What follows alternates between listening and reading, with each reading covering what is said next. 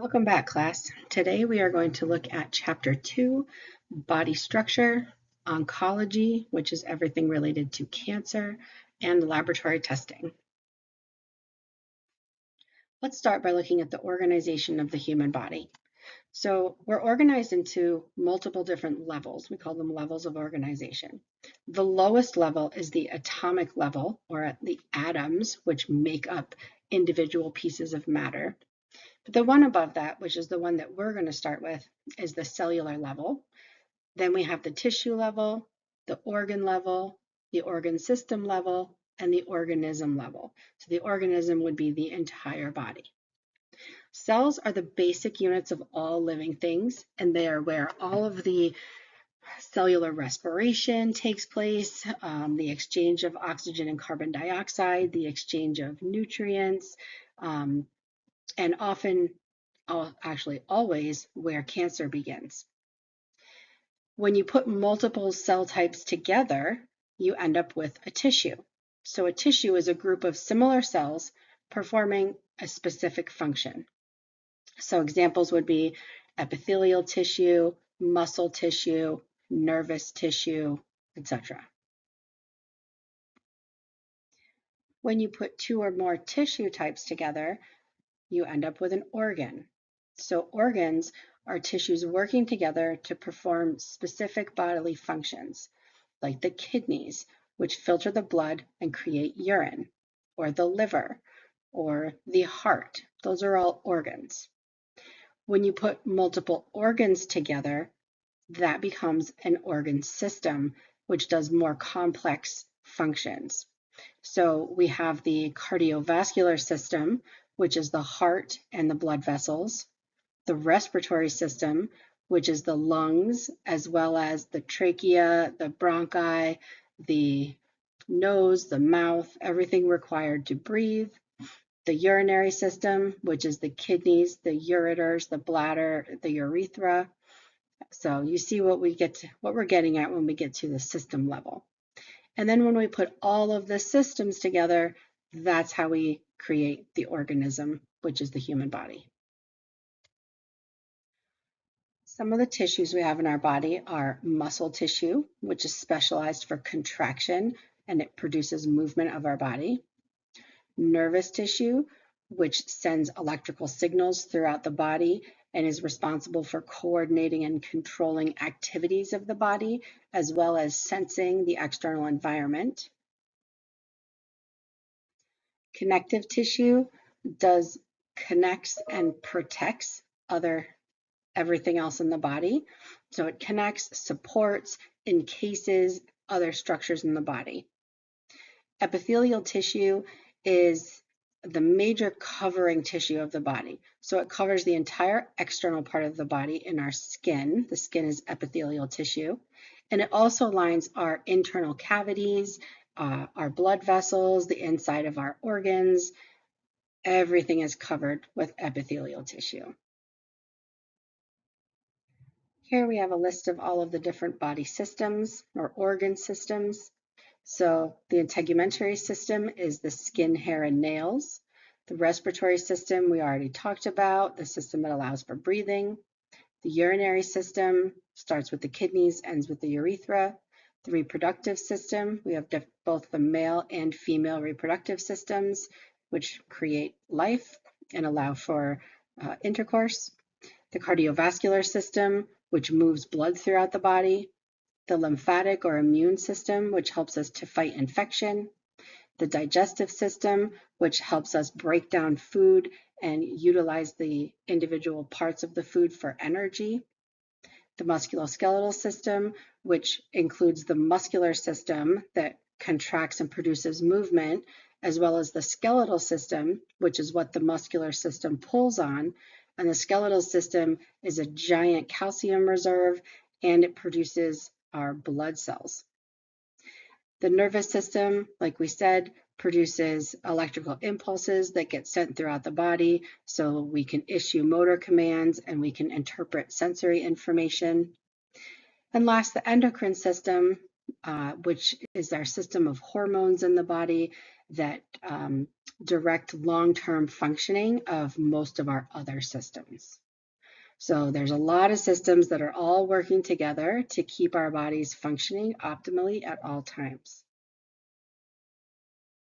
Our body is made up of multiple different cavities that house our internal organs. So we have a dorsal cavity. Let's see if I can get this to work.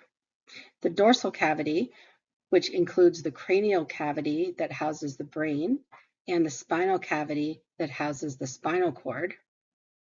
So those are the dorsal cavity, and dorsal means backside of the body, posterior backside of the body. The ventral body cavity is everything on the front side of the body. So this includes the thoracic cavity and the abdominal pelvic cavity.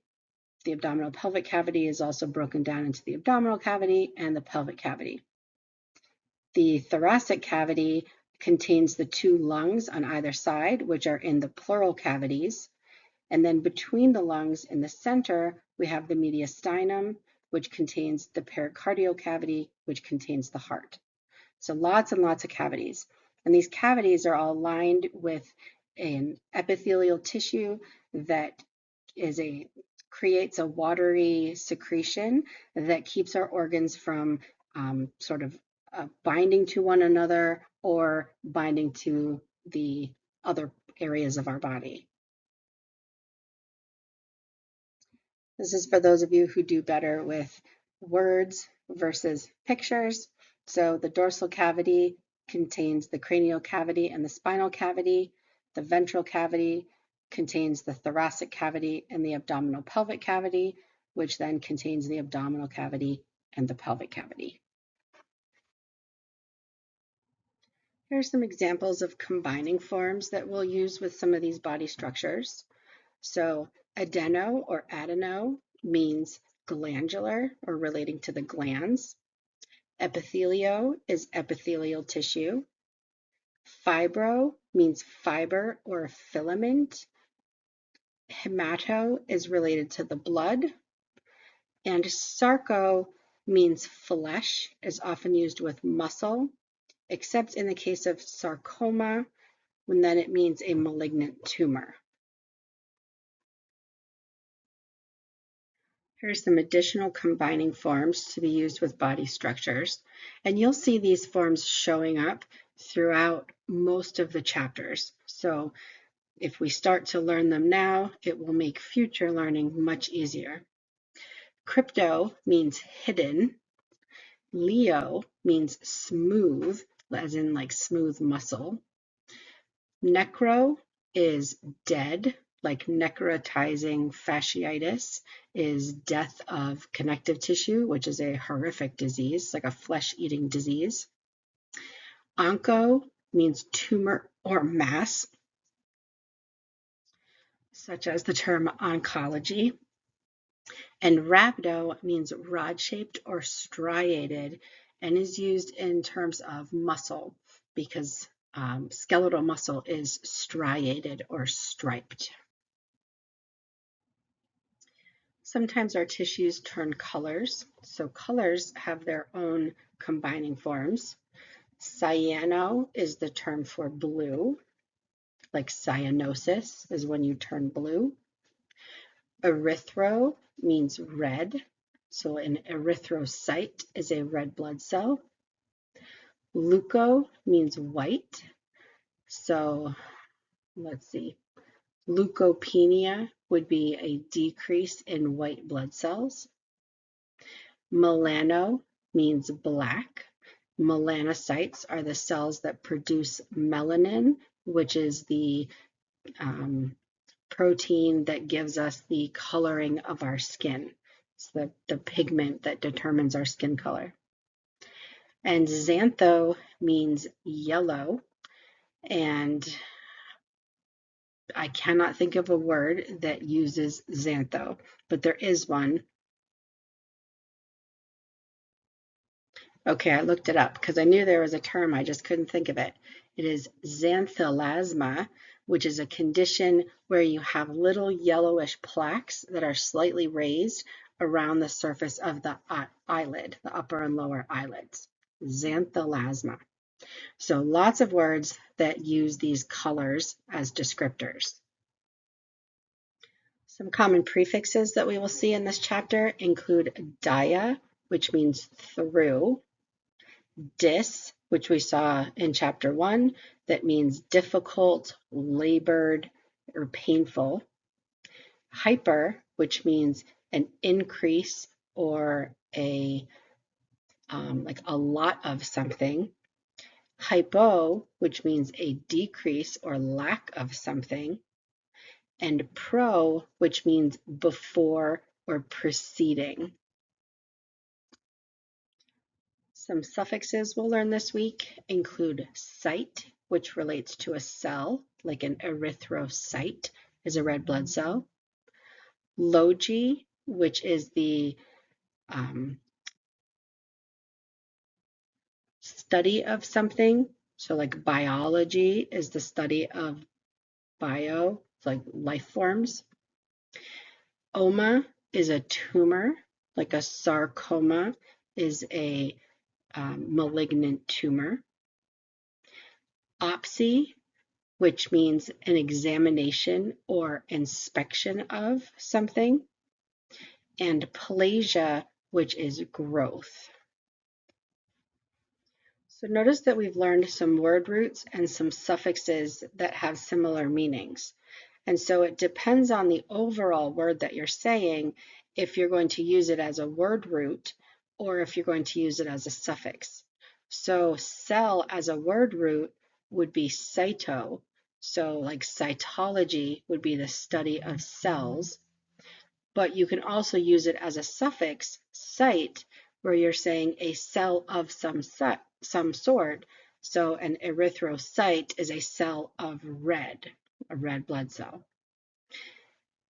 Patho can mean a disease of, so pathology is the study of disease, so we would use it as a word root in that instance, whereas osteopathy is the study of bones. Sarco is a tumor, so we could have our sarco is also relates to muscle, so the sarcolemma is the cell membrane that surrounds muscle tissue, whereas sarcoma is a malignant tumor. So similar words, similar meanings, but when they can change the meaning of the word if they're used as a word root or if they're used as a suffix.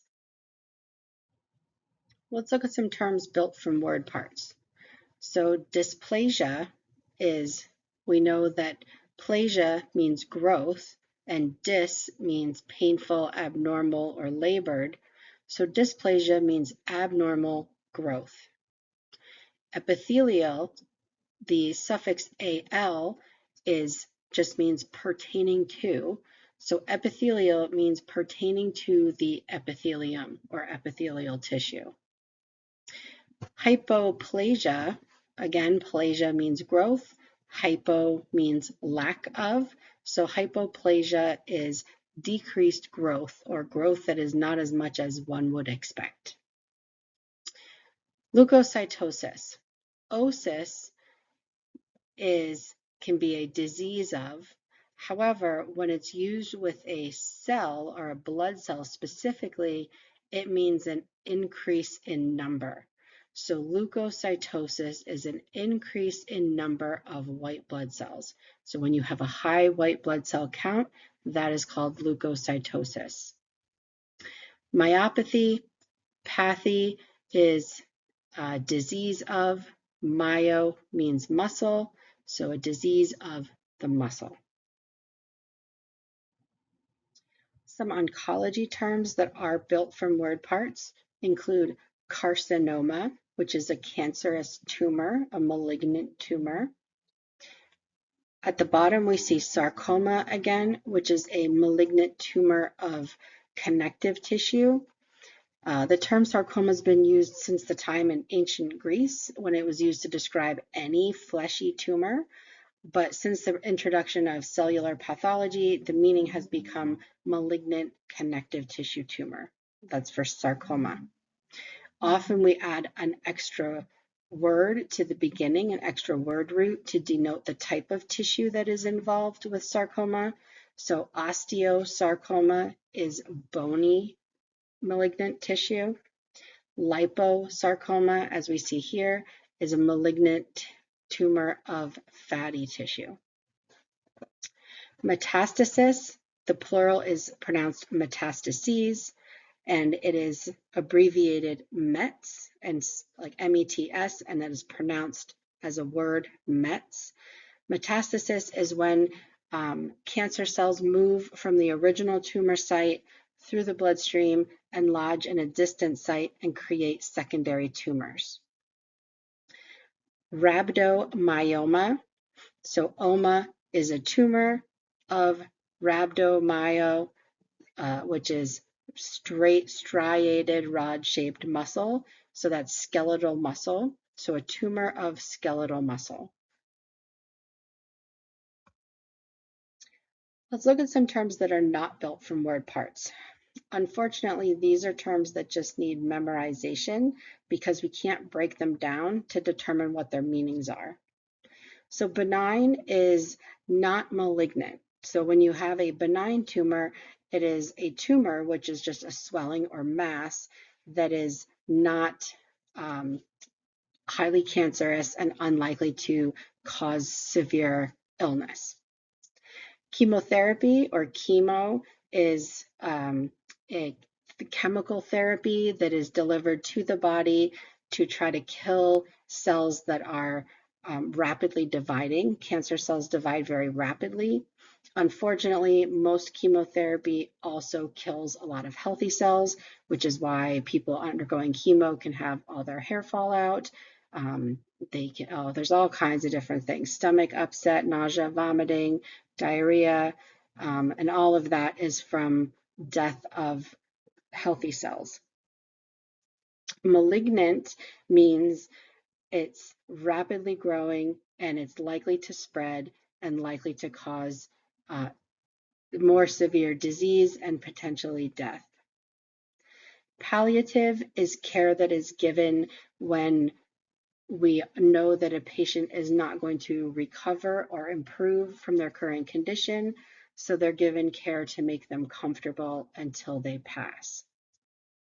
Remission is the term that's used when you've had cancer, it's been treated, and you no longer have active cancer in your body.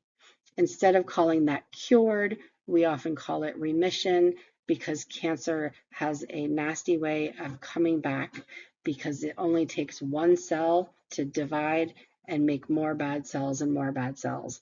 So unfortunately, once you've had cancer, you are considered in remission if you no longer have active cancer cells in your body. Diagnostic laboratory terms include some examples built from word parts and not built from word parts. So when we look at built from word parts, a biopsy is when you remove a sample of a tissue and look at it under a microscope. Hematology is the study of blood, and pathology is the study of when something goes wrong inside a cell, or a tissue. So it's looking for diseases at the cellular or tissue level. Not built from word parts, we have a chemistry panel, which is a blood test that is looking to assess a person's general health and how well their organs are typically functioning. And genetic testing, which is looking at your DNA specifically to see if you have mutations that might predispose you to or explain symptoms that you are having because they could be a disease that gets passed down through the family. Some complementary terms built from word parts include cancerous, which is pertaining to cancer. Means OUS means pertaining to. Cyanosis is a condition of being blue. Etiology, etio means the cause or origin of something.